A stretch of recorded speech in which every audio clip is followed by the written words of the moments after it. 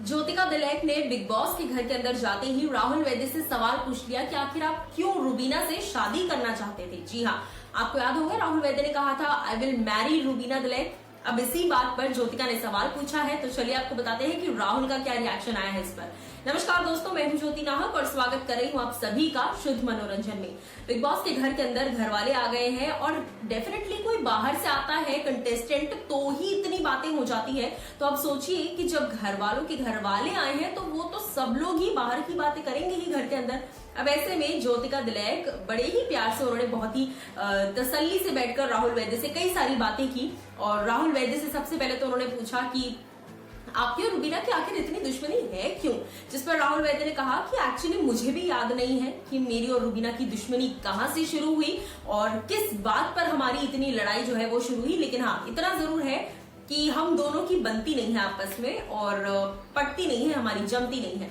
जिसके बाद ज्योतिका ने ये भी पूछा, अच्छा आप मुझे एक बात बताओ कि आपने क्यों ये कहा था कि आपको रूबीना से शादी करनी है। जिस पर राहुल ने पूछा मैंने कब कहा।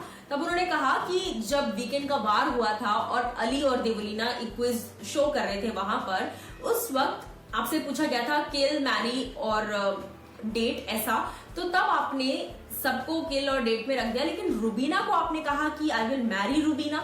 सो वो एक शॉकर था घर वालों के लिए भी, अंदर वालों के लिए और बाहर वाले घर वालों के लिए भी। तो जिस पर राहुल वैद्य ने कहा हाँ मैंने कहा था, मुझे याद है।